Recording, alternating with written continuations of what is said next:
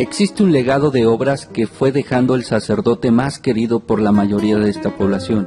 Es digno de admirar, así como su intachable persona. Cuánto bien hubiera hecho si en lugar de haberlo destinado a un rancho, hubiera tenido su ministerio en la ciudad de Colima. Eran las expresiones de algunas personas, pero es más el júbilo de quienes habitan esta comunidad. Padre Giovanni Spada Grossi nació en Lenola, Italia, el 11 de febrero de 1909. Estudió en el Colegio Romano de Propaganda Fidei y en la Universidad Gregoriana, donde tuvo el título de licenciado en Derecho. Fue ordenado el 19 de septiembre de 1931 y hasta 1937 fue predicador en Italia y párroco hasta el año 1949. Renunció a su parroquia en licencia y con ejemplar desinterés dejó patria y familia para realizar uno de sus sueños de ser seminarista, ser misionero de México. Desde sus fieles perseguidos decían, morir antes que renegar de Cristo, como los primeros mártires del cristianismo.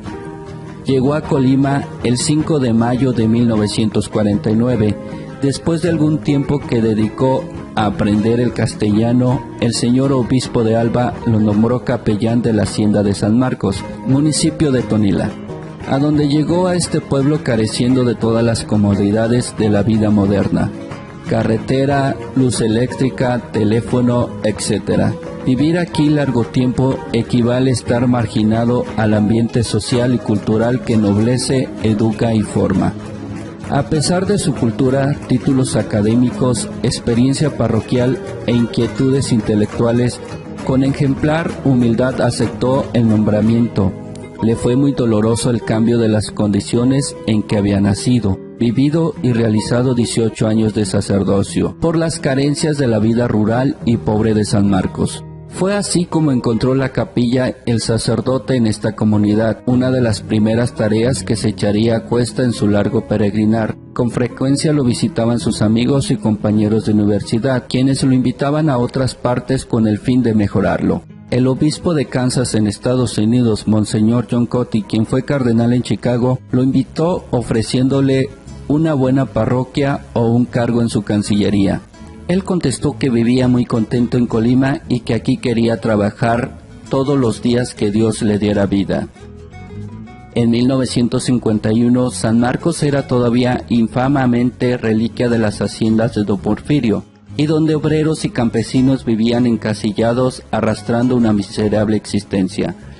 El capellán venía a ser también un mozo del hacendado a cuyos caprichos tenía que plegarse y servir incondicionalmente a su interés. Pobre llegó y pobre vivió toda su vida. Los millones que recibió los invirtió en obras parroquiales, ni siquiera carro tenía. Su capital eran libros, obras de arte y una rica despensa para obsequiar a sus amigos e invitados, con banquetes de fiestas y sobre todo con la bondad y fina educación que lo hacía a uno sentirse como en su casa. Vivió varios años sin sueldo, porque los honorarios de bautizos y matrimonios iban a parar al cura de Tonila. Así vivió 17 años, sin quejas ni calumnias ni petición de cambio.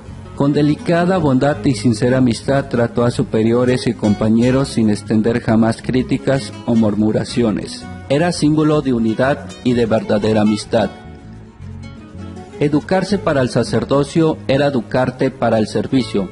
Por esto calladamente soportó dolorosas incomprensiones de algunos de sus feligreses y las calumnias acusaciones de comunistas y revoltosos que lanzaron contra él, los hacendados, por el solo hecho de ayudar y defender a obreros y campesinos en sus justos derechos. También saboreó inhumanos tratos e intrigas movidas por la envidia de algunos compañeros. Debido a su admirable don de gente, dominó la situación y se ganó el corazón de todos sus feligreses, que veían en él un verdadero sacerdote entregado en cuerpo y alma a buscar la gloria de Dios y el bienestar de todos. Todas estas personas agradecieron su ejemplar conducta y vida sacerdotal. y en todas las historias aparecen muchos personajes de Oropel, que un día llenaron las planas de los periódicos con falsedades hacia la persona del sacerdote, pero andado el tiempo no pasan a ser engorrosos material de mala fe. Su vida fue inútil, al morir murieron 2 veces. En cambio la vida del padre, Espada, fue creadora. Dejó en San Marcos un hermoso templo que perpetúa su memoria. Se destacó también como intelectual, escribió poesías, artículos para periódicos, guiones para radio y televisión.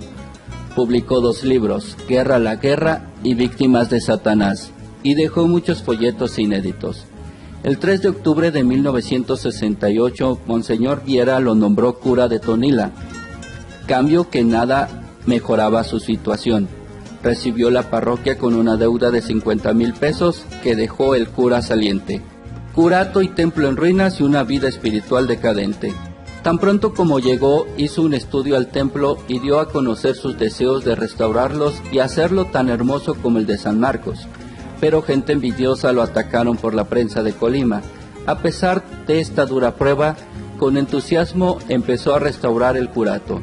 Al terminar casi había gastado más de 150,000 pesos. Al entrar ve uno de los corredores llenos de ladrillos, madera, vigas, etc. Así lo sorprendió la muerte. Cayó como labrador que muere sobre el surco, empuñando todavía su mano sobre el arado.